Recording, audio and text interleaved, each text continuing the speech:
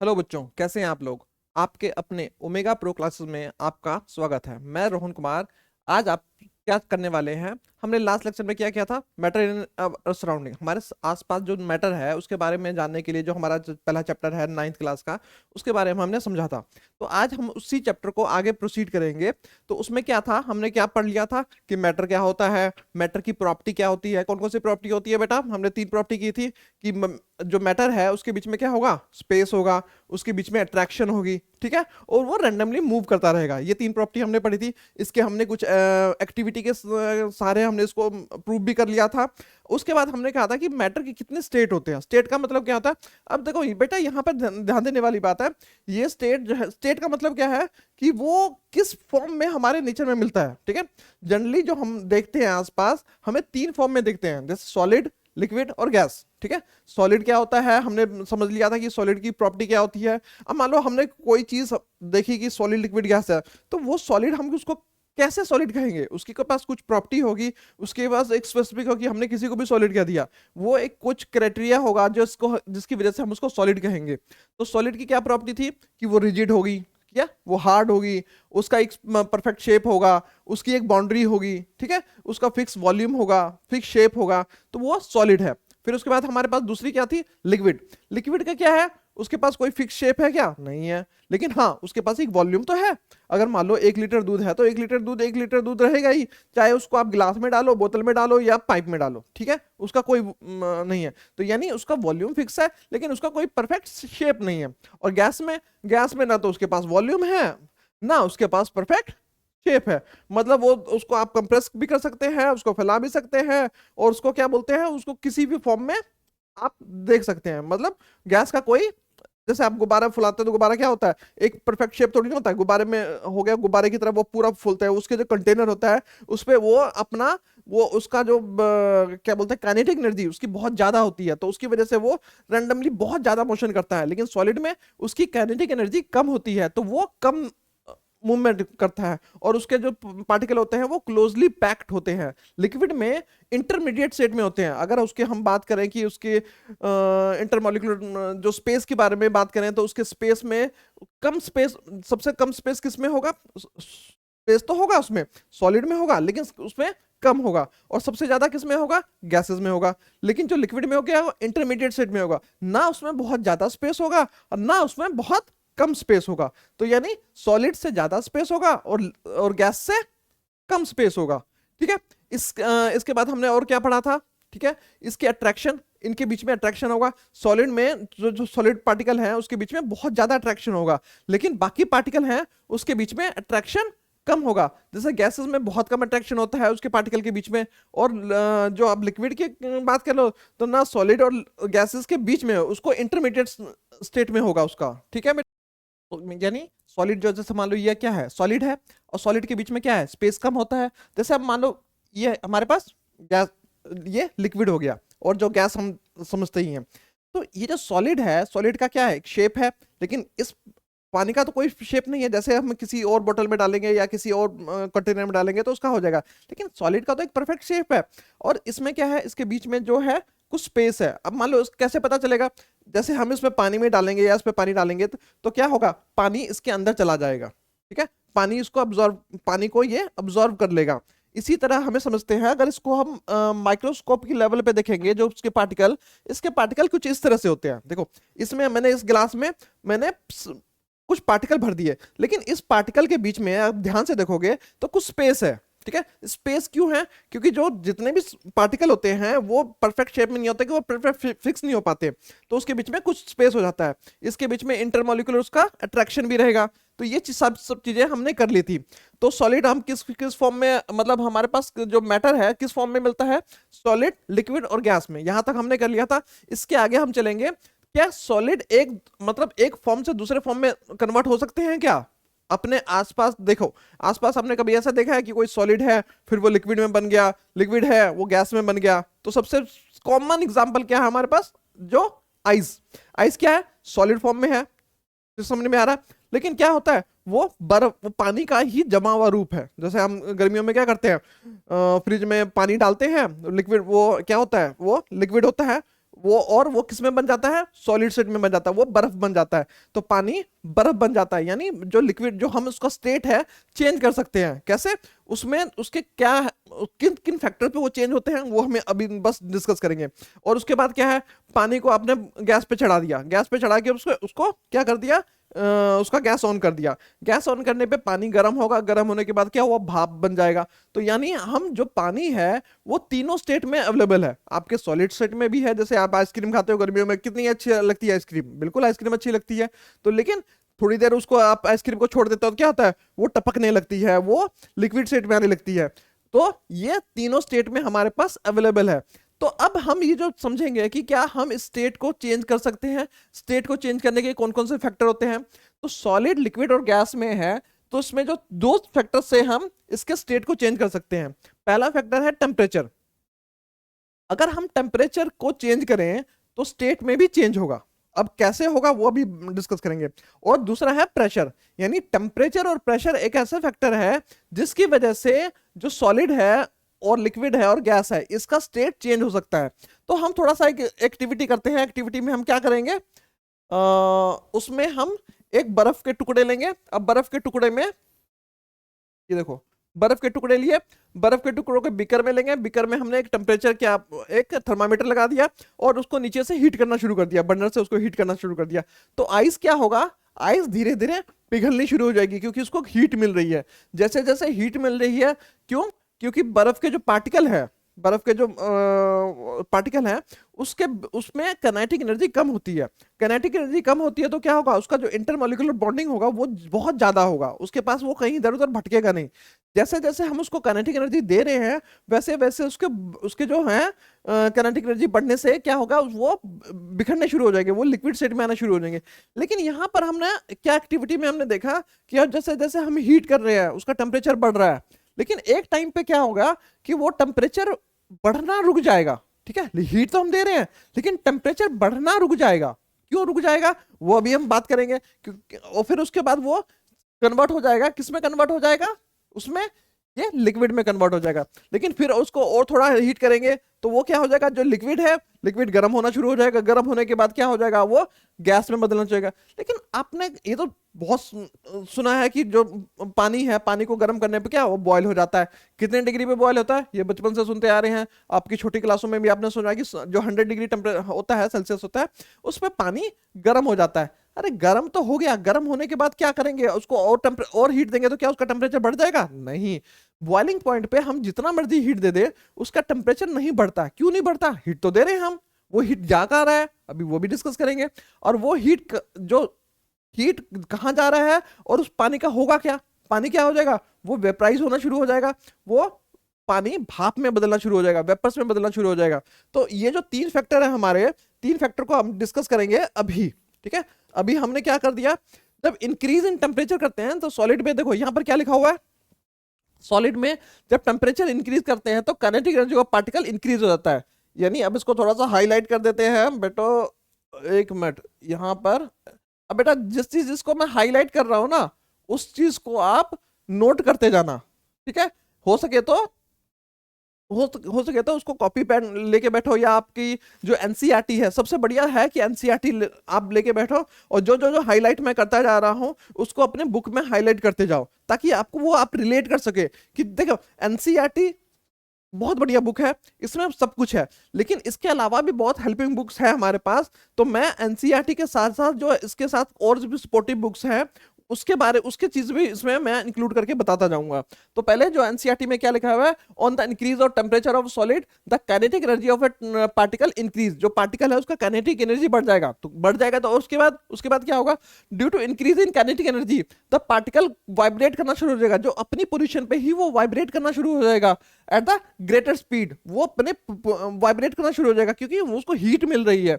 लेकिन फिर जो एनर्जी सप्लाई है ओवरकम द, वो जो उसका जो पार्टिकल है, जो जितना भी पार्टिकल है, वो पार्टिकल वो जो हीट का क्या करेगा, वो जो एनर्जी मिली है क्या करेगा, वो पार्टिकल ब्रेक होने शुरू हो जाएंगे। यानी जो सॉलिड है वो लिक्विड स्टेट में आ जाएगा। तो एक ऐसा टेम्परेचर आएगा जो कि मिनिमम टेम्परेचर होगा। मिनिमम टेम्परेचर पे क्या होगा, सॉलिड मेल्ट हो जाएगा, यानी जो सॉलिड है वो लिक्विड स्टेट में आ जाएगा। तो उसको क्या बोलते हैं, मेल्टिंग। ठीक है, यानी अगर सॉलिड मेल्ट हो जाए तो उसको क्या बोलते हैं, मेल्टिंग।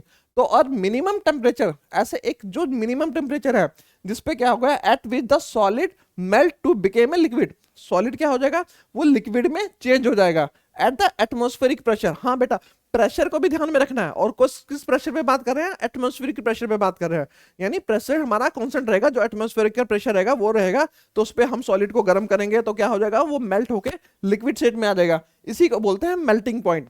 और ये मेल्टिंग पॉइंट अलग अलग सॉलिड का अलग अलग होगा, ठीक है। जैसे हमने आइस की बात की, आइस का अलग मेल्टिंग पॉइंट होगा, या हमारे पास जो आयरन होगा, आयरन का अलग मेल्टिंग पॉइंट होगा। आप देखते हैं शीशा, जो कांच होता है, ग्लास, उसको भी आप बहुत गर्म करने पे वो मेल्ट होके उसके अलग अलग वो आप देखते हैं ना, सजावट के सामान बना सकते हैं, उसके बहुत सारी चीजें बन सकती हैं, चूड़ियां बनती हैं, या ग्लास के जो आपके जो अभी मैंने दिखाया था, ये क्या, शीशा, ठीक है, ग्लास बनता है, और भी बर्तन बनते हैं। और जो आपका कॉपर है, कॉपर को भी मेल्ट करके उसके तारे बनाई जा सकती हैं। बड़ी सारी चीजें हैं जो मेल्ट करके हम उसको बना सकते हैं। तो यानी ध्यान रखने वाली बात क्या है, पहली बात कि मेल्टिंग पॉइंट क्या है, जस्ट एक मिनिमम टेम्परेचर। मेल्टिंग पॉइंट क्या है, एक टेम्परेचर है, वो क्या है, मिनिमम टेम्परेचर। टेम्परेचर तो उसको बढ़ाएगा तो आप जितना मर्जी दे दो, लेकिन मिनिमम टेम्परेचर पे वो जब क्या है, सॉलिड से लिक्विड स्टेट में आ जाए, ठीक है, उसको क्या बोलेंगे, मेल्टिंग पॉइंट। मेल्टिंग पॉइंट आ गया तो मेल्टिंग पॉइंट क्या करता है, तो जो स्ट्रेंथ है, एक तरह से मेल्टिंग पॉइंट क्या इंडिकेट करता है कि जो पार्टिकल की स्ट्रेंथ है, जो पार्टिकल की आपस में अट्रैक्शन है, कितनी ज्यादा स्ट्रांग है। अगर हम उससे ज्यादा एनर्जी दे रहे हैं, ठीक है, ज्यादा टेम्परेचर दे रहे हैं, यानी पार्टिकल के बीच में जो एनर्जी है बहुत ज्यादा है, ठीक है, वो आपस में जो अट्रैक्शन है बहुत ज्यादा है, यानी हम उसको तोड़ने के लिए हमें बहुत ज्यादा एनर्जी लग रही है। लेकिन किसी को मेल्ट करने में उतनी ज्यादा एनर्जी नहीं लगती है। आपने घर में देखा होगा, नारियल का तेल सर्दियों में क्या होता है, अभी सर्दियां चल रही है, जम जाता है। तो वो आप जमा हुआ नारियल का तेल जैसे ही आप उसको हथेली पे लीजिएगा, वो धीरे धीरे पिघलना शुरू हो जाता है, वो लिक्विड स्टेट में आ जाता है। यानी उसके जो बॉन्डिंग है, उसको जो तो उतनी ज्यादा स्ट्रांग नहीं है। और गर्मियों में क्या है, जो नारियल का तेल अपने आप पिघल जाता है, रूम टेम्परेचर पे ही वो पिघल जाता है। तो ये हमारे पास चीज समझ में आनी चाहिए कि जो मेल्टिंग पॉइंट है वो क्या है, ये एक सॉलिड का क्या, एक उसके पार्टिकल के बीच में जो स्ट्रेंथ है वो उसको इंडिकेट करता है। अब इस चीज को हम फ्यूजन भी बोलते हैं, कि जब जो process of melting the end it change the solid state into liquid state. अगर सॉलिड स्टेट से लिक्विड स्टेट में कोई चीज आ रही है, उसको एक टर्म दिया है हमने, फ्यूजन, ठीक है, उसको फ्यूजन दिया है। आगे ये फ्यूजन वर्ड भी यूज होगा। लेकिन अब देखो यहां पर हम देखते हैं कि अगर हम कोई चीज मेल्ट होना शुरू होता है, वहां पर हम ये जो हमने अभी एक्सपेरिमेंट किया था कि बर्फ को जब गर्मी देके उसको हीट देके हमने उसको लिक्विड स्टेट में चेंज किया, तो वहां पर हम देखेंगे जब हम उसको गर्म कर रहे हैं, तो गर्म करने से होगा क्या, एक टाइम पे आके उसका टेम्परेचर बढ़ना रुक जाएगा। क्यों रुक जाएगा, हम उसको हीट तो दे रहे हैं, लेकिन वो उसका टेम्परेचर इंक्रीज होना बंद हो जाएगा। हमने बर्फ लिया, हम उसका टेम्परेचर देखा, उसका टेम्परेचर के पास उसको हमने हीट करना शुरू कर दिया, थोड़े टाइम तक उसका टेम्परेचर क्या हुआ, इंक्रीज होगा। मान लो अगर वो कुछ माइनस में है तो वो 0 डिग्री तक आएगा, लेकिन 0 डिग्री पे वो आके उसका बढ़ना बंद हो जाएगा। हीट तो दे रहे हैं, लेकिन वो हीट जा कर रही है, तो वो हीट कहाँ जा रही है, वो देखो, वही इसको बोलते हैं, यहाँ देखो, यहाँ पर आपका देखो, जो उसका हीट है वो उसके जो मॉलिक्यूल्स है, उसके जो पार्टिकल है, उसको तोड़, मॉलिक्यूल नहीं, पार्टिकल, उसके पार्टिकल के बीच में जो स्ट्रेंथ है उसको तोड़ने में काम आएगा। यानी बर्फ का जो पार्टिकल है वो आपस में टूटना शुरू हो जाएगा, यानी वो सॉलिड से लिक्विड स्टेट में आना जाएगा, और जो एनर्जी हम दे रहे हैं वो उसी में टूटने में काम आएगा। तो उस जो हीट लग रही है उसको तोड़ने में, जब टेम्परेचर नहीं बढ़ रहा है, उसी को बोलते हैं लेटेंट हीट, ठीक है। इस पे बहुत इंपॉर्टेंट है ये लेटेंट हीट, इस पे एक बहुत अच्छा क्वेश्चन बनता है, और उस पे आप देखोगे कि एक ना इसमें से क्वेश्चन बनेगा। जो आप अभी करा रहे हैं, जो आज का लेक्चर है बहुत इंपॉर्टेंट है। आज के देखो, पिछला लेक्चर इंट्रोडक्शन था चीजों को समझने का, लेकिन मैक्सिमम क्वेश्चन इस वाले लेक्चर से बनेंगे, ठीक है। जैसे लेटेंट हीट पे आ जाएगा, तो लेटेंट हीट होता क्या है, आपको अगर क्वेश्चन में आ गया कि मतलब एग्जाम में आ गया लेटेंट हीट क्या होता है, तो आप क्या लिखोगे, अमाउंट ऑफ हीट एनर्जी, वो हीट एनर्जी, जितना हीट एनर्जी हम उसको दे रहे हैं, जो हीट एनर्जी दे रहे हैं, दैट रिक्वायर्ड टू चेंज, तो चेंज हो रहा है, क्या चेंज हो रहा है, 1 kg of solid, 1 kg solid किस में चेंज हो रहा है, into liquid at atmospheric pressure at its melting point. उसके मेल्टिंग पॉइंट पे, जो वो जिस पे मेल्ट हो रहा है, उस पे वो जो हमारा जो चेंज हो रहा है सॉलिड से लिक्विड में, लेकिन क्या हो रहा है, लेटेंट हीट उसको बोलते हैं लेटेंट हीट ऑफ फ्यूजन। लेकिन उस पॉइंट पे क्या है, हमेशा याद रखना, वो एक फिक्स पर्टिकुलर टेम्परेचर पे होगा, ठीक है। वो उस पे टेम्परेचर उसमें इंक्रीज नहीं होगा, उसमें डिक्रीज नहीं होगा, ना है उसमें टेम्परेचर का कोई चेंज नहीं होगा। तो वो टेम्परेचर हमारा कांस्टेंट रहेगा उस पे। तो यानी वो किस पे रहेगा, वो ये हमारे मेल्टिंग पॉइंट पे रहेगा। उसको बोलते हैं लेटेंट हीट ऑफ फ्यूजन, ठीक है। अब पार्टिकल ऑफ वाटर का क्या है, अब देखो टेम्परेचर तो अभी समझना शुरू कर दिया कि टेम्परेचर क्या होता है, लेकिन टेम्परेचर को नापेंगे कैसे, ठीक है। एक टेम्परेचर को, हर चीज को हमने नापने का देखा है ना, कि जैसे हमने कोई वेट होता है तो हम उसको केजी में नापते हैं, लेंथ को मीटर में नापते हैं, किलोमीटर मतलब जो उसकी मैक्सिमम लेंथ होती है उसको हम किलोमीटर में नापते हैं। तो ऐसी अलग अलग चीजों को अलग अलग हम चीजों में मतलब उसको एक यूनिट में नापते हैं, हर चीज की यूनिट है। तो टेम्परेचर की क्या यूनिट है, टेम्परेचर को हम ये डिग्री सेल्सियस में नापते हैं और केल्विन में नापते हैं। अभी हम दो, आपके जो सिलेबस में है ना, अभी दो दे रखा है कि हम केल्विन और सेल्सियस, ठीक है, टेम्परेचर को इन दो चीजों में नापेंगे। तो अब इसमें जो ये दोनों है, दोनों का रिलेशन क्या है, इनका रिलेशन डायरेक्ट नहीं है कि औरों में आप देखते हो ना, किसी चीज को हमने मल्टीप्लाई किया उसको और लगाया तो उसको बदल गया, लेकिन इसमें ऐसा नहीं है। 0 डिग्री सेल्सियस को, बेटा इसमें ध्यान रखना, इस पे भी क्वेश्चन बनते हैं। आपके पास एक टेम्परेचर दे देगा, उसको बोलेगा केल्विन में चेंज करो, या आपको केल्विन में टेम्परेचर देगा, उसको सेल्सियस में चेंज करो। तो आपको टेम्परेचर चेंज करने का एक छोटा क्वेश्चन बनेगा, 1 नंबर का क्वेश्चन आ जाएगा, या आपके मल्टीपल चॉइस में ये क्वेश्चन आएगा। तो हमेशा ध्यान रखना, 0 डिग्री सेल्सियस को 273 केल्विन बोलते हैं, ठीक है। 0 डिग्री सेल्सियस क्या है, इक्वल टू 273 केल्विन। तो अगर 1 डिग्री होगा तो क्या होगा, 1 डिग्री होगा तो उसमें 273 में एक प्लस कर देंगे, 273 प्लस 1 274 हो जाएगा। और अगर 10 डिग्री सेल्सियस होगा तो 10 डिग्री सेल्सियस को केल्विन में कैसे चेंज करेंगे, तो जो हमारे पास 273 है उसमें 10 ऐड कर देंगे। ऐसे ही हमारे पास केल्विन में अगर टेम्परेचर दे रखा होगा और सेल्सियस में निकालना होगा तो हम उसमें क्या करेंगे, 273 माइनस कर देंगे। हमेशा ध्यान रखना बेटा कि ये इस पे एक क्वेश्चन बनता एक छोटा क्वेश्चन इस पे से बन सकता है। तो लेटेंट हीट हमें समझ में आ गया, लेटेंट हीट क्या हुआ है, एक छुपी हुई, लेटेंट का मतलब होता है छुपा हुआ मतलब उस पार्टिकल है जो हमारे पास सब्सटेंस है वो एक छुपा हुआ है उसमें, ठीक है। तो वो छुपी हुई हीट के बारे में बात करते हैं, तो उसको बोलते हैं लेटेंट हीट ऑफ फ्यूजन, जिसमें सॉलिड किसमें चेंज हो रहा है, लिक्विड में चेंज हो रहा है। और लेटेंट हीट और भी आगे भी काम आएगा, आगे भी हम उसको समझेंगे। अब देखो यहां पर हमारे पास एक दे रखा है कि अगर हमारे पास बर्फ है, ठीक है, बर्फ किस डिग्री पे है, 0 डिग्री सेल्सियस पे है, और हमारे पास एक पानी भी है, पानी भी 0 डिग्री सेल्सियस पे। तो दोनों में से किसके पास एनर्जी ज्यादा होगी, ठीक है, किसके पास एनर्जी ज्यादा है। तो बर्फ है, जो बर्फ है, अब ये आप तो कमेंट में आप मुझे बताओगे कि किसके पास ज्यादा एनर्जी है। और ये इस पे क्वेश्चन भी आया हुआ है कि हमारे पास बर्फ है वो 0 डिग्री सेल्सियस पे है, हमारे पास पानी है वो भी 0 डिग्री सेल्सियस पे है, लेकिन दोनों का स्टेट अलग है, एक सॉलिड है, एक हमारे पास एक आइस है, और एक हमारे पास लिक्विड है। तो अब जो जो दोनों का जो चेंज है, दोनों का सिर्फ चेंज है लेकिन टेम्परेचर सेम है। तो अब क्वेश्चन ये है कि दोनों में से एनर्जी किसके पास है। जो बच्चा इसमें कमेंट करके मुझे बताएगा तो उसका नेक्स्ट वीडियो में मैं उसका नाम लूंगा कि हाँ वो बच्चा ने मुझे ये कमेंट करके बताया। तो आगे हमारे पास क्या है, अब देखो कि हमारे पास 273 अगर केल्विन है तो 273 केल्विन का हमारे पास क्या हो गया, तो इसमें 100 डिग्री सेल्सियस होगा, क्योंकि उसमें से हम 273 माइनस कर देंगे, ठीक है। तो वो हमारे पास 100 डिग्री सेल्सियस होगा। देखो ये कन्वर्ट करने वाला बहुत अच्छा आता है, ठीक है। अब हमने पानी, हम बर्फ से तो हमने पानी बना लिया, अब पानी का क्या करें, और क्या होगा इसके बाद हम पानी को गर्म करेंगे। तो पानी को गर्म करते रहेंगे, एक ऐसा पॉइंट आएगा जिसपे पानी बॉयल होना शुरू हो जाएगा, उबलना शुरू हो जाएगा। जैसे आपने घर में देखा दूध भी उबलना शुरू हो जाता है, तो पानी को आप गैस पे चढ़ा दो, उसको थोड़ी देर छोड़ दो, तो क्या होगा, जैसे चाय भी आप उबलनी शुरू हो जाती है। तो कोई चीज जो उबलनी शुरू हो जाती है तो वो जो और देखो जब उबलता है तो आप देखोगे कि पूरे में बबल शुरू हो जाते हैं। इसको ये बल्क प्रोसेस बोलते हैं, क्योंकि पूरे लिक्विड में ये शुरू हो जाता है। ये नीचे से अगर देखो ट्रांसपेरेंट आपके पास कोई है तो उसमें देखोगे कि आपके नीचे से बबल बनना शुरू होते हैं और ऊपर तक बबल बनते हैं, यानी पूरे बल्क प्रोसेस है। यहाँ पर ये बल्क प्रोसेस है।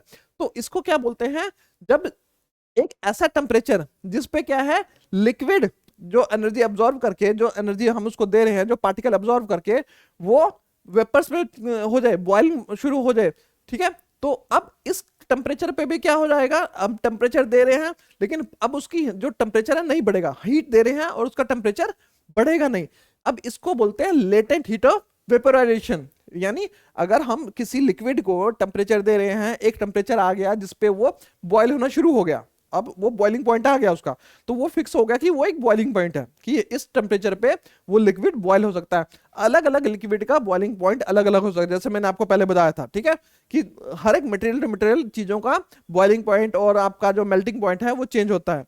अब हम अभी पानी की बात कर रहे हैं, पानी को हमने क्या किया, पानी का बॉइलिंग पॉइंट क्या है 100 डिग्री, 100 डिग्री सेल्सियस पे हमने पानी को गर्म किया, वहां पर वो उसका फिक्स हो गया, उसके बाद हमने उसको और टेम्परेचर दिया, लेकिन उसका हमने उसका जो और हीट दिया तो उसका टेम्परेचर नहीं बढ़ रहा। तो अब नहीं बढ़ रहा तो वो जो हीट है वो जा कहाँ रही है, वो हीट जो है वो उसके जो पार्टिकल है, उसके पार्टिकल का जो अट्रैक्शन है, जो आपस में बॉन्डिंग है, उसको टूटने में काम आ रहा है, और वो कहाँ बन रहा है, वो वेपर में कन्वर्ट हो रहा है, ठीक है, वो वाष्प में कन्वर्ट हो रहा है। तो इसको बोलते हैं, this is because the particle of the stream has absorb the extra energy in the form of latent heat of vaporization, यानी जो हमारे पास क्या है उसको बोलेंगे लेटेंट हीट ऑफ वेपोराइजेशन। अब देखो यहाँ पर एक छोटा सा आपके दे रखा है सॉलिड, सॉलिड को हमने हीट दिया तो क्या हुआ, लिक्विड स्टेट में आ गया, लिक्विड को हीट दिया तो हमने गैसियस स्टेट में आ गया। लेकिन अब हम गैस से क्या लिक्विड बना सकते हैं क्या, या लिक्विड से हम बर्फ, या लिक्विड से हम सॉलिड बना सकते हैं, और देखते हैं।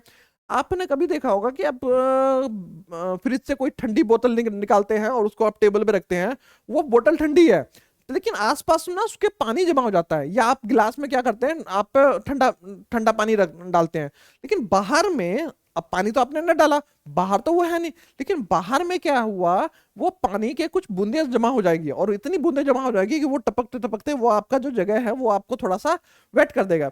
तो यानी गैस, हम जो हमारे आसपास है जो हवा में, कहीं ना कहीं वाष्प है, पानी है, वो पानी जो है अगर हम उसको ठंडा करें तो वो क्या है, वो लिक्विड स्टेट में आ जाएगा। जो वाष्प है, जो वेपर्स है, वेपर्स क्या है, पानी के ही बने हुए हैं ना, वो पानी को हम अगर उसको ठंडा करेंगे, कूल करेंगे तो वो लिक्विड स्टेट में आ जाएगा। अब लिक्विड को क्या करेंगे, हम फ्रिज में डाल देंगे, फ्रिज में डालने से क्या है, एक तरह से कूलिंग का मतलब क्या है, हम उसकी एनर्जी निकाल रहे हैं, ठीक है। अब लिक्विड के पास एनर्जी है, ठीक है, हमने देखा ना एनर्जी दिया तो सॉलिड को लिक्विड में चेंज हुआ, तभी उसकी एनर्जी उसमें रह गई ना, तो अब उस एनर्जी को क्या करेंगे, निकालेंगे तो वो सॉलिड में चेंज हो जाएगा। तो ये आपस में चेंज हो सकता है, और ये हमारे पास, इसमें हमने लिक्विड के समझ लिया कि लिक्विड में कैसे कैसे चेंज हो जाएगा, टेम्परेचर की वजह से जो चेंजेस आते हैं वो हमने चीज समझ लिया। ऐसे ही हमारे पास देखो कई बार अब क्या होता है, अब तो हमने देखा कि हम एक प्रोसेस है कि सॉलिड से लिक्विड, लिक्विड से गैस, लेकिन कई ऐसा देखा है कि आपने क्या ऐसा आपके आसपास देखा हो, क्योंकि देखो ये वाला चैप्टर क्या है, हमारे आसपास की चीजों के बारे में है, हमें ऐसा कोई ऐसी चीज नहीं है कि जिसके बारे में इमेजिन करना पड़े, हमें बाहर देखना पड़े। आसपास की चीजें में आपने देखा क्या, सॉलिड सीधा गैस में चेंज हो जाए, कोई ऐसा एग्जांपल है आपके पास कि सॉलिड, हमारे पास कोई सॉलिड चीज है वो सीधा गैस में चेंज हो जाए। तो देखो आसपास देखो कपूर, आपके पूजा रूम में कपूर पड़ा होगा जो जिसको कैम्फर बोलते हैं, ठीक है, या नेपथलीन बॉल, ठीक है, नेपथलीन बॉल आप रख दो साइड में रूम के, तो धीरे धीरे ना वो उसकी बॉल ना छोटी होती जाएगी, यानी वो क्या है, वो सीधा गैस में बदल रहा है। या कपूर है, वो कपूर सीधा गैस में बदल रहा है, ठीक है, वो भी। और एक एग्जांपल आपने शादियों में देखा होगा, शादियों में ना एक धुआं सा निकलता है, जो जहां पर स्टेज पे वो क्लाउड बनाने के लिए वो धुआं से निकालते हैं, वो क्या होता है, वो कार्बन डाइऑक्साइड का सॉलिड फॉर्म होता है, ठीक है, वो कार्बन डाइऑक्साइड सॉलिड, मतलब उसको ड्राई आइस भी बोलते हैं, ठीक है। वो क्या होता है, वो सॉलिड होता है और वो सीधा गैस में बदल जाता है, उसमें लिक्विड में आने की जरूरत नहीं होती। उस टर्म्स को क्या बोलते हैं, अभी हम उसको समझेंगे। तो हम समझ में आ गया कि जरूरी नहीं है कि सॉलिड से सीधा लिक्विड बने और लिक्विड से गैस बने, सॉलिड से सीधा गैस भी बन सकता है और गैस से सीधा सॉलिड भी बन सकता है। वो कैसे बनता है, जो कैम्फर बनता है वो इसी तरह से बनता है, किसी चीज को हम जो गैसेस से है वो सीधा सॉलिड बन जाता है, इसका उल्टा प्रोसेस भी होता है, ठीक है। ये चीजें हम आगे करते हैं, ठीक है। आगे हमारे पास ये देखिए, इसमें आपका इफेक्ट ऑफ टेम्परेचर हमने समझ लिया कि इफेक्ट ऑफ टेम्परेचर में हमारे पास क्या हो जाता है। देखो यहाँ पर कैम्फर वाला आपके इसमें दे रखा है कि कैम्फर आप ले लो, अब उसको गर्म करना शुरू करो, गर्म करने जैसे जैसे हम उसको हीट देंगे तो क्या होगा, वो लिक्विड स्टेट में नहीं आएगा, वो सीधा आप यहाँ पर देखो, यहाँ पर जो हमारे पास वो सीधा यहाँ पर वो सॉलिड सॉलिड गैस फॉर्म में बनेगा, और गैस फॉर्म को फिर आप उसको ठंडा करोगे तो फिर वो क्या बन जाएगा, फिर वो सॉलिड फॉर्म में हो जाएगा। तो एक कैम्फर का लिक्विड फॉर्म अवेलेबल नहीं होता, एग्जिस्ट नहीं करता, यानी या तो वो सॉलिड में रहेगा या वो गैस में रहेगा। ठीक है, अब उसके बाद हम चलते हैं कि effect of change of pressure, कि अगर हम प्रेशर बदले किसी चीज का, अगर हम सॉलिड लिक्विड गैस में अगर प्रेशर चेंज करें तब क्या होगा। ठीक है, अब देखो, अब तक हमने बढ़ाया कि सॉलिड में या लिक्विड में जब प्रेशर बढ़ाएंगे तब उसमें उतना ज्यादा वो कंप्रेस उतना ज्यादा नहीं होता, लेकिन गैस में अगर हम किसी चीज को अगर प्रेशराइज करें, ठीक है, तो क्योंकि गैस में जो उसके बीच में जो पार्टिकल के बीच में स्पेस है वो ज्यादा है, तो प्रेशर चेंज करने पे वो लिक्विड फॉर्म में कन्वर्ट हो जाता है। जैसे आपका जो गैस जो किचन में क्या है, लिक्विफाइड पेट्रोलियम गैस, उसको लिए क्या करते हैं, वो गैसी स्टेट में है, लेकिन हम उसको उसका प्रेशर से उसको लिक्विड फॉर्म में लेते हैं। या आप सीएनजी की बात कर लो, जो आप आजकल जितना हमारा ऑटो व्हीकल्स है उसमें सीएनजी से चलता है। ठीक है, सीएनजी क्या है, कंप्रेस नेचुरल गैस। वो नेचुरल गैस को क्या करते हैं, हम उसको कंप्रेस करके हम उसको लिक्विड फॉर्म में करते हैं, तो उससे उसको सिलेंडर में भरते हैं, तो वो उससे वो यूज होता है। लेकिन अगर हम उसको फिर जैसे गैस को खोलेंगे तो क्या हुआ, वो सीधा गैस फॉर्म में आएगा, आपको सुगंध आएगा, उसमें बहुत ज्यादा गैस होती है। तो यानी बहुत ज्यादा गैस को हम क्या करते हैं, कंप्रेस करके, ठीक है, यानी प्रेशर चेंज करके हम किसी चीज का स्टेट भी चेंज कर सकते हैं। तो अब देखो यहाँ पर आपके पास छोटा सा एक डायग्राम दे रखा है, यानी एक फिगर सा दे रखा है, इसमें ये बहुत इंपॉर्टेंट है, इसको हमेशा याद रखना। अभी हमने सॉलिड की बात की थी, सॉलिड को हम लिक्विड में चेंज करते हैं तो क्या बनता है, उसको एक प्रोसेस का नाम क्या है, फ्यूजन। यानी सॉलिड को लिक्विड में चेंज किया तो उसको फ्यूजन बोलेंगे। लेकिन अगर लिक्विड को ही अगर हम सॉलिड बनाते हैं, लिक्विड को जैसे हमने बर्फ बनाया, आइस को जैसे आइस बनाते हैं ना फ्रिज में डालने के बाद पानी, तो उसको बोलते हैं सॉलिडिफिकेशन। ठीक है, इसको ध्यान में रखना बेटा। और ये जितनी भी चीजें हैं उसको मैं हाईलाइट करता जा रहा हूं, तो इसको, ये बहुत इंपॉर्टेंट है जो ये जो डायग्राम है, इसमें सॉलिड को लिक्विड में चेंज करने पे क्या बोलते हैं, फ्यूजन, और लिक्विड को सॉलिड में सॉलिडिफिकेशन, और लिक्विड को हम गैस में चेंज करने पे क्या बोलते हैं, वेपराइजेशन। यानी वो वेपर्स में चेंज हो गए एक फिक्स टेम्परेचर पे, जो लिक्विड क्या है गैसेस में चेंज होगी, और गैसेस को लिक्विड में चेंज करने के क्या बोलते हैं, कंडेंसेशन। ठीक है, अब यहां पर हमने एक बात की थी कि सॉलिड डायरेक्टली गैस में भी चेंज हो सकता है और गैस डायरेक्टली सॉलिड में चेंज हो सकता है।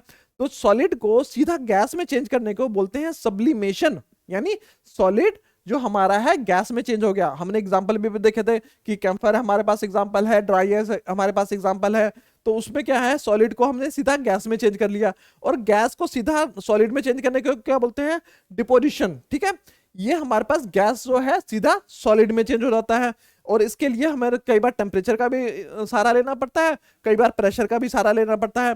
और यहाँ पर आपके पास दे रखा है कि जो कार्बन डाइऑक्साइड है, कार्बन डाइऑक्साइड को अगर आप क्या करोगे, प्रेशर डालोगे, तो कार्बन डाइऑक्साइड आपका सॉलिड फॉर्म में आ जाएगा। तो उस सॉलिड फॉर्म जो कार्बन डाइऑक्साइड का है उसको बोलते हैं ड्राई आइस। और वो काम कब आता है, उसकी यूटिलाइजेशन कब है, आपने शादियों में देखा होगा कि बस वो जो धुंध वो बादल बनाने के लिए जो यूज करते हैं, वो वहां पर अपने उसको जनरली जो आज के मैरिज में देखा ही होगा। ठीक है, अब उसके बाद हम आगे चलते हैं। आगे हमारे पास क्या है, वेपराइजेशन। अब हमने इतना समझ लिया कि सॉलिड लिक्विड में चेंज हो गया, लिक्विड गैस में चेंज हो गया, और जो लिक्विड गैस में चेंज हुआ उसमें वो एक बल्क प्रोसेस है, वो बॉइलिंग पॉइंट पे चेंज होगा, और जो सॉलिड है लिक्विड में चेंज होने पे वो मेल्टिंग, जो एक मेल्टिंग पॉइंट है उसमें चेंज होगा। एक ये सब चीजें एक फिक्स पॉइंट पे चेंज होगा। मेल्टिंग पॉइंट फिक्स है आपका, बॉइलिंग पॉइंट फिक्स है, लेकिन क्या जो वेपोराइजेशन है, जो वो तो एक फिक्स पॉइंट पे हुआ, लेकिन जो वेपर बनने की प्रक्रिया है क्या एक फिक्स पॉइंट पे ही होगा क्या, ऐसे नहीं होगा क्या। जैसे आप पानी क्या करते हैं, आप कपड़े धोते हो, कपड़े धोने के बाद क्या करते हैं, उसको आपने अपने कहीं सुखाने के लिए डाल दिया, वो सूख जाता है, क्या उसको बॉयल तो नहीं करते हम कपड़ों को, कपड़ों को इतना तो गर्म नहीं करना पड़ता कि उसके पानी गर्म होके उबल के निकले। हम पानी जो आप जैसे, या आप कटोरी में पानी लीजिए, उसको अनकवर्ड कहीं छोड़ दीजिए, उसको बिना ढके हुए कहीं छोड़ दीजिए, आप 2 दिन बाद देखिएगा कि पानी की जो उसमें जितनी मात्रा है वो कम हो जाएगी। पानी की मात्रा कम क्यों हुई, हमने तो उसको टेम्परेचर दिया नहीं, हमने तो ऐसा कुछ ऐसा दिया नहीं, तो वो, लेकिन उसके जो रैंडमली पार्टिकल है वो अपने आप भी वेपर्स में चेंज हो सकते हैं, क्योंकि हमारा जो टेम्परेचर है, एटमॉस्फेरिक जो प्रेशर है, ये जो हमारा जो या रूम टेम्परेचर है, उसमें वो तो टेम्परेचर है ना, उस टेम्परेचर में भी चीजें चेंज हो सकती हैं। तो उसको बोलते हैं वेपराइजेशन। वेपराइजेशन क्या है, ये एक सरफेस फिनोमेना है। जो बॉइलिंग पॉइंट है वो एक टेम्परेचर फिक्स, जो बॉइलिंग है वो एक फिक्स टेम्परेचर पे होगा, लेकिन वेपोराइजेशन किसी भी टेम्परेचर पे हो जाएगा। वो मतलब उसके लिए एक फिक्स टेम्परेचर जरूरी नहीं है। यानी बॉइलिंग पॉइंट से नीचे जो वेपोराइजेशन होगा, जो पानी वेपर्स में होगा, तो उसको बोलेंगे वेपोराइजेशन। ठीक है, और ये एक सरफेस फिनोमेना है। क्या है? Surface phenomena. ये कहाँ काम आता है? हमारा जो आपके कपड़े जो सुखाने में काम आता है। यानी देखो, हाईलाइट कर लिया हमने, तो ये आपके कपड़े सुखाने में काम आता है। कोई पानी आपने छोड़ दिया, कोई चीज सूखती जो है अपने आप जो सूखती है, उसमें ये हमको दिखेगा कि वेपोराइजेशन होता है। और ये क्या है? सरफेस फिनोमेना है। लेकिन इससे होता क्या है? जब ये सरफेस फिनोमेना, जो हमारा जो सरफेस है, उसका क्या किया उसने? कुछ एनर्जी अब्जॉर्व की उससे, उस सरफेस से कुछ एनर्जी अब्जॉर्व की। उस एनर्जी अब्जॉर्व करने के बाद वो क्या हुआ? उसके जो पार्टिकल है वो दूर दूर हो गए, वो टूट गए, उसने काइनेटिक एनर्जी ले ली और वो काइनेटिक एनर्जी उसने लेके चला गया। तो सरफेस जो बच गया, ठीक है, जो जिस सरफेस पे था, वो सरफेस की एनर्जी जो ले ली, तो वो सरफेस क्या ऑटोमेटिक ठंडा हो जाएगा। सिंपल सी चीज है। इसी तरह जो घड़े का पानी होता है, आपने देखा होगा कि घड़े का जो पॉट होता है, जो घड़े का पानी, जो मिट्टी का पॉट होता है, तो उसमें क्या होता है? उसमें छोटे छोटे छेद होते हैं, और जो मिट्टी के पॉट के जो बाहर होता है ना, वो स्लोली वेपराइजेशन उस पे होता रहता है। पानी उसमें वेपर्स बनते रहते हैं। वेपर्स बनने से क्या मतलब है? कि पानी की जो एनर्जी है, उसने हीट एनर्जी है, वो उसने अब्जॉर्व करके उसने वेपर्स बना दिया। यानी जो बच गया पानी, वो ठंडा हो जाएगा। इसीलिए घड़े का पानी ठंडा रहता है। ठीक है, जैसे गर्मियों में क्या है? जितना ज्यादा वेपराइजेशन होगा, जितनी ज्यादा गर्मी होगी, जितना ज्यादा उसके उसके वेपर्स बनेंगे, उतना ज्यादा पानी वो ठंडा रहेगा। तो वेपर्स में आपको अब देख लिया मैंने कि आपको घड़े के एग्जांपल ले लिया, आपने कपड़े का एग्जांपल ले लिया, जो कपड़ा सूखता है। ठीक है, लेकिन अब जो फैक्टर क्या है? वेपराइजेशन के कोई फैक्टर है क्या? वेपराइजेशन अपने आप हो जाएगा क्या? है कोई ऐसा फैक्टर है जो उस पर डिपेंड करता है? तो फैक्टर क्या है वेपराइजेशन के? हमारे पास कुछ फैक्टर भी हैं। वो फैक्टर क्या क्या है? अब यहाँ पर हम देखेंगे। देखो यहाँ पर हमारे पास, ये देखो इस, अब देखो जो जो चीजें मैं हाईलाइट कर रहा हूं, उसको अब अच्छी तरह अपने भी बुक में हाईलाइट कर लो, और उसको अपने नोटबुक में नोट कर लो, क्योंकि ये आते हैं। ठीक है, ये बहुत बहुत ज्यादा इंपॉर्टेंट है। देखो, अगर हम इंक्रीज करें, आपका सरफेस एरिया इंक्रीज कर दे, ठीक है, जैसे कपड़े हमने धोए, कपड़े धो के हमने उसको क्या करते हैं? निचोड़ते हैं, थोड़ा बहुत जो पानी है उसको निकाल देते हैं, लेकिन फिर भी अभी कपड़ा गीला है। हम उसको बिना उसको फैलाए, ठीक है, या आपको चादर है, क्या करेंगे? चादर को हमने निचोड़ा। अब जैसे मान लो हम, मेरे पास मेरी जैकेट है ये, ठीक है, अब इस जैकेट को क्या किया मैंने? जैकेट को ऐसे मैंने धोया, धो के मैंने इसको निचोड़ा, और ऐसे ही मैं इसको कहीं पर डाल दूंगा, रस्सी पे डाल दूंगा। तो क्या ये सूख जाएगी? सूख तो जाएगी, लेकिन क्या ये टाइमली सूख जाएगी कि जल्दी सूखेगी? नहीं सर, ये तो बहुत टाइम लेगा। तो इसके लिए हम क्या करेंगे?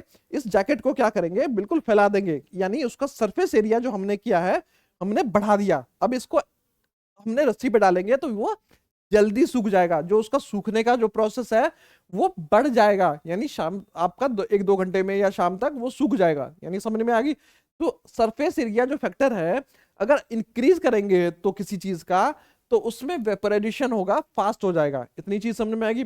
दूसरा हमारे पास क्या है? टेम्परेचर इंक्रीज करना।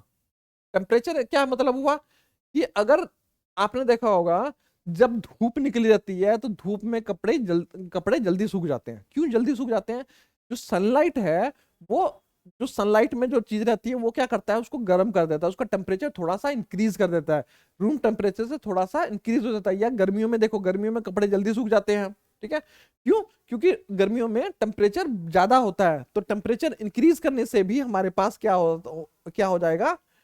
ये वेपराइजेशन फास्ट हो जाएगा। देखो इसमें जो पॉइंट है, इसको इसको बोलते हैं बुलेट पॉइंट। आपके पास जो भी पॉइंट्स हैं उसको पॉइंट टू पॉइंट लिखिएगा, तो वो ज्यादा आपको नंबर मिलेंगे। नंबर लेने का एक तरीका होता है। नॉलेज एक अपनी जगह है कि आपके पास कितनी नॉलेज है, लेकिन रिप्रेजेंटेशन, उसको नॉलेज को कैसे रिप्रेजेंट करें? साफ सुथरा तरीके से रिप्रेजेंट करें। मान लीजिए कोई गलती होगी तो एक लाइन पे उसको काट दें, ऐसा नहीं कि घिच घिच घिच घिच घिच करते रहेंगे, उसको काटेंगे।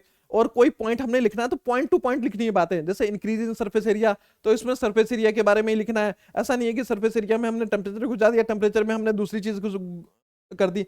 तो पॉइंट टू पॉइंट देखो, आपके बुक में हर चीज दे रखा है। ठीक है, और उसके बाद तीसरा पॉइंट क्या है? Decrease in humidity. अब देखो ये नई चीज आई है, आप लोगों ने ये चीज पहले नहीं पढ़ी होगी। ठीक है, ये नई चीज आई है। ह्यूमिडिटी क्या होती है? शॉर्ट में इसको समझेंगे तो हवा में, यानी जो आपके जो एटमॉस्फेयर में है, पानी की मात्रा, ठीक है। अब हवा में तो पानी है नहीं सर, लेकिन अभी तो हमने बात की थी कि वेपर्स बनते हैं, तो वो तो पानी का ही फॉर्म है ना वेपर्स भी। तो वेपर्स की जो प्रेजेंस है, जो हमारे हवा में, एयर में जो वेपर्स प्रेजेंट है, पानी के जो मॉलिक्यूल्स प्रेजेंट है, उसको बोलते हैं ह्यूमिडिटी। अब जितनी ज्यादा ह्यूमिडिटी होगी हमारे आसपास, जितना ज्यादा पानी होगा हवा में, ठीक है, हवा में अब पानी नहीं है, हवा में वेपर्स है, जितने ज्यादा वेपर्स होंगे तो उतना ही, देखो अब वेपर ज्यादा है तो क्या होगा, वो क्या तुम्हारे कपड़ों से या उससे क्या पानी सोखेगा? क्या नहीं सोखेगा, क्योंकि उसके पास तो ऑलरेडी पानी है। और ह्यूमिडिटी अगर डिक्रीज कर दो, ह्यूमिडिटी इंक्रीज करेंगे तो पानी नहीं सोखेगा।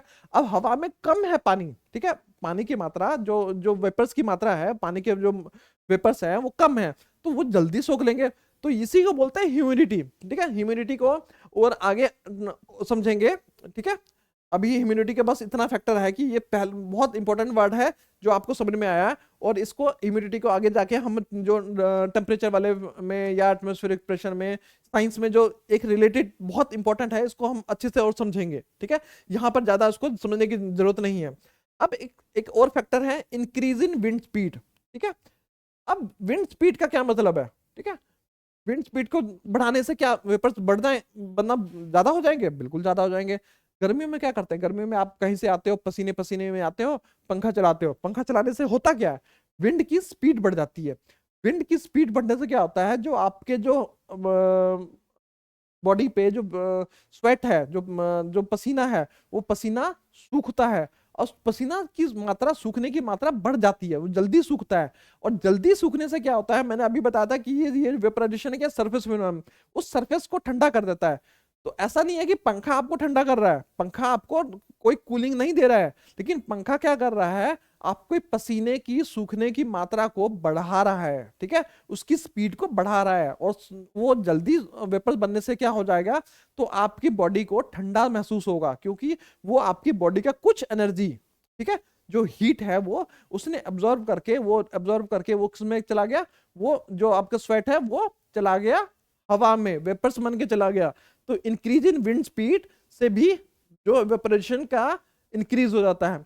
तो अब देखो वहीं पर चीज आ गई, how does the वेपरेशन cause cooling, जो मैंने आपको पहले ही बता दिया कि वेपराइजेशन से कूलिंग क्यों होती है, क्योंकि वो कुछ एनर्जी, उस ऑब्जेक्ट की कुछ एनर्जी, उस बॉडी की कुछ एनर्जी गेन करता है। जो आपके उस ऑब्जेक्ट पे जो पानी है, वो पानी क्या करता है, उस ऑब्जेक्ट से कुछ एनर्जी गेन करता है। उस एनर्जी का करता क्या है, वो एनर्जी को अपने यूज करता है और अपने मॉलिक्यूल्स को, अपने पार्टिकल को अलग अलग करने में, और वो टूट के वो वेपर फॉर्म में आ जाता है, तो वो वेपराइजेशन में यूज करता है। अब उसने एनर्जी उससे ले ली, ठीक है, तो वो एनर्जी लेने से क्या हो गया, उसकी तो एनर्जी कम हो गई ना। तो जब वो किसी बॉडी की एनर्जी कम हो गई तो ऑलरेडी वो कूल हो गया, ठीक है।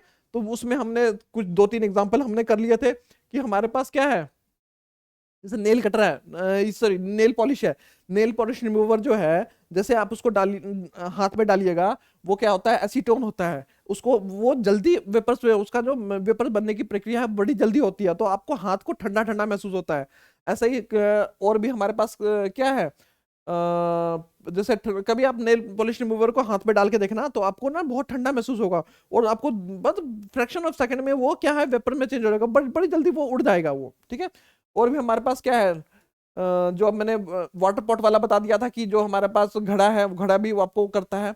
अब यहाँ पर हम कहते हैं कि गर्मियों में हमें कॉटन क्लॉथ पहनने चाहिए। कॉटन क्लॉथ क्यों पहनने चाहिए, कॉटन क्लॉथ से क्या होता है, कॉटन क्लॉथ जो है, जो आपके स्वेट है, स्वेट तो आपकी बॉडी बॉडी पे है, तो कपड़े आपने ऊपर से पहन रखे हैं, ठीक है, तो वो स्वेट को जल्दी अब्जॉर्ब करता है, और अब्जॉर्ब करके वो सरफेस पे ले आता है, उसको बाहर तक ले आता है, बाहर उसका हवा चलती है, गर्मी है, बहुत सारी फैक्टर है, तो उससे वो क्या हो जाता है, उससे वो वेपर्स में कन्वर्ट हो जाता है। वेपर्स में कन्वर्ट होने से क्या है कि आपको थोड़ा सा ठंडा महसूस होता है, यानी कॉटन क्लोथ जो है आपको पहनने से गर्मियों में कंफर्ट महसूस होता है, थोड़ा सा आपको ठंडा महसूस होता है, आपको ज्यादा गर्मी नहीं लगती है। लेकिन वही आप उसमें कोई ऐसा कपड़ा पहन लीजिए जिसमें आपका पसीना जल्दी नहीं सूखता, तो आपको बहुत ज्यादा गर्मी महसूस होगी। इसीलिए हम सर गर्मियों में लाइट क्लोथ पहनते हैं। समझ में आएगी बात।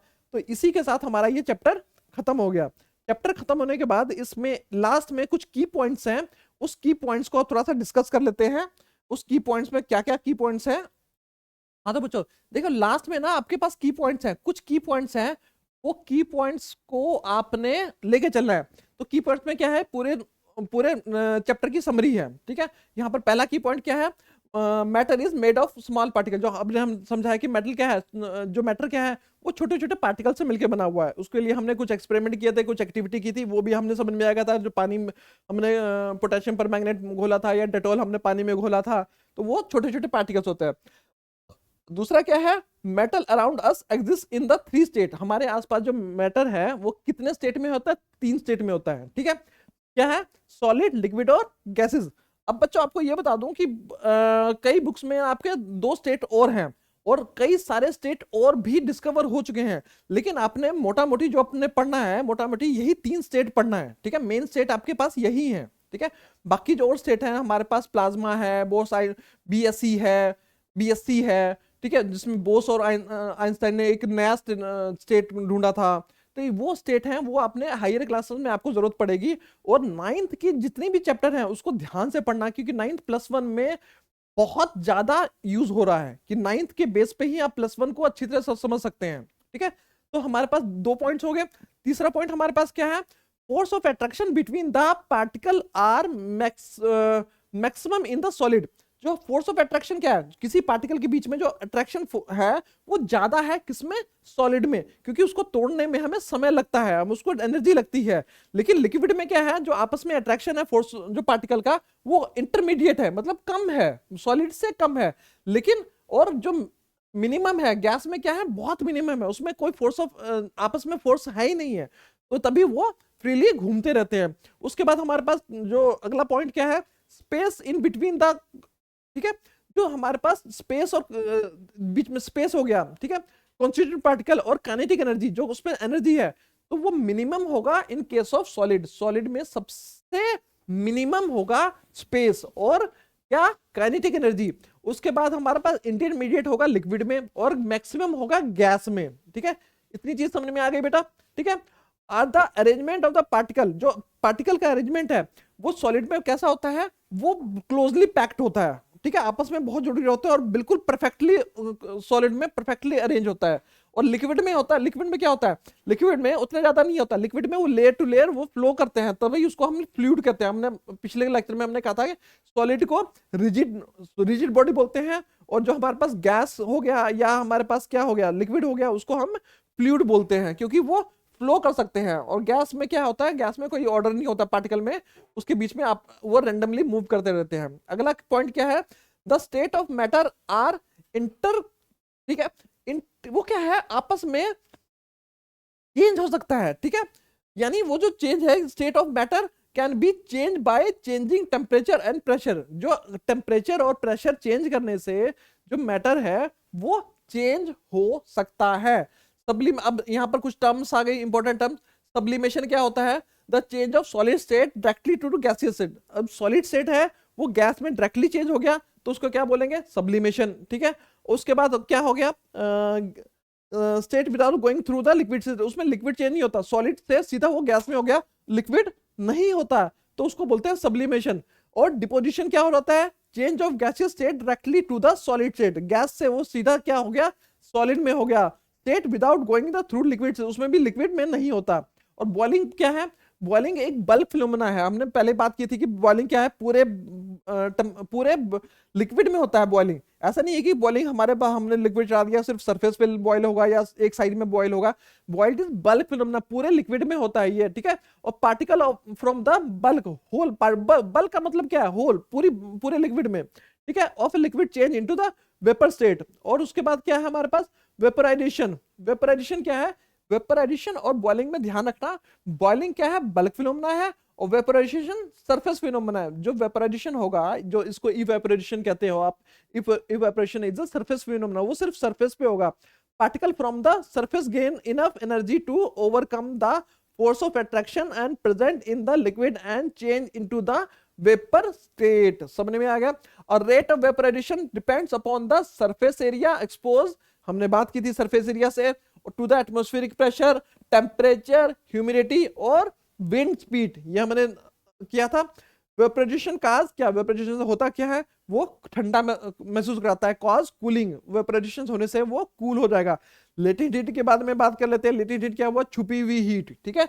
Latent heat of vaporisation of an क्या है, heat energy required to change the 1 kg of liquid to gas at atmospheric pressure, ठीक है, उसको क्या बोलेंगे हमारे पास लेटेंट हीट ऑफ वेपराइजेशन। और ऐसा ही सेम केस में आता है बॉइलिंग में भी, लेटेंट हीट ऑफ बॉयल मतलब बॉइलिंग, बॉइलिंग में भी क्या होता है, एक फिक्स टेम्परेचर पे वो बॉयल होना शुरू होता है और टेम्परेचर इंक्रीज नहीं होता है और सारा लिक्विड क्या है, वेपर में चेंज हो जाता है, ठीक है। लेटेंट हीट ऑफ फ्यूजन, ये भी समझ में आ गया आपके, ये भी हमने एक्सप्लेन कर दिया था। अब कुछ क्वांटिटी है, उसके यूनिट है और उसके सिंबल है, वो आपके क्वेश्चन में कई बार आ जाता है कि किस किस के टेम्परेचर का क्या है, केल्विन है, उसके बाद उसको कैसे रिप्रेजेंट करते हैं, के से। हमारे पास लेंथ है, मीटर है, उसको कैसे करते हैं, एम से। मास है, उसको किलोग्राम में करते हैं, उसको कैसे रिप्रेजेंट करते हैं सिंबल में, केजी। वेट है हमारे पास वेट को देखो यहाँ पर फोर्स में आप कर रखा है, लेकिन आप जनरली वेट को आप केजी में नापते हो, यहाँ पर कंफ्यूज नहीं होना है। ये आगे वाले चैप्टर में हम इसको समझेंगे कि वेट क्या है। वेट एक तरह का मास है जो केजी में होता है, और वेट क्या है, फोर्स है। तो फोर्स को नापते हैं वो न्यूटन में नापते हैं। ऐसा मत समझना कि जो वेट है, जो हम आलू को, सर आप कहेंगे सर आलू को तो हम केजी में नापते हैं, आलू तो कितना वेट है, वो वेट जो है वो फोर्स है, ठीक है। हम उसको क्यों केजी में बोलते हैं वो हम आगे इसको डिस्कस करेंगे, ठीक है। और उसको न्यूटन का क्या है, एन है। वॉल्यूम क्या है, क्यूबिक मीटर, वॉल्यूम क्या है, क्यूबिक मीटर में आ जाता है। डेंसिटी, डेंसिटी क्या है, किलोग्राम पर क्यूबिक मीटर, की मतलब एक फिक्स कितना, जो हमारे पास कितना मास, कितने एरिया में, कितना वॉल्यूम में कितना मास है, अगर उसको हम कंपेयर करते हैं तो वो डेंसिटी आ जाता है। फिर प्रेशर क्या है, प्रेशर हम पास्कल में यूज करते हैं, उसको पी है। तो आगे वाले टर्म्स में, आगे वाले चैप्टर में इसको, इन चीजों को और बढ़िया से समझेंगे। तो आज के लिए इतना ही। और ये बहुत, जो ये वाला चैप्टर है बहुत इंपॉर्टेंट है, इसमें से जो ये वाला लेक्चर है इसमें से बहुत इंपॉर्टेंट क्वेश्चन बनते हैं। अगले में अब ने उसमें मैटर के ना फिजिकल प्रॉपर्टी समझ ली थी, अगले अगले वाले लेक्चर में हम केमिकल प्रॉपर्टी समझेंगे, ठीक है। ठीक है, तब तक के लिए बेटा अच्छे से ध्यान रखना अपना, और पढ़ो एनसीईआरटी को, जितना अच्छे से पढ़ोगे उतना ज्यादा समझ में आएगा। बाकी कोई हेल्प बुक है या कोई अदर वर्ड है, उसको मैं डिफाइन करके आपको समझा दूंगा, ठीक है बेटा। Okay, thank you.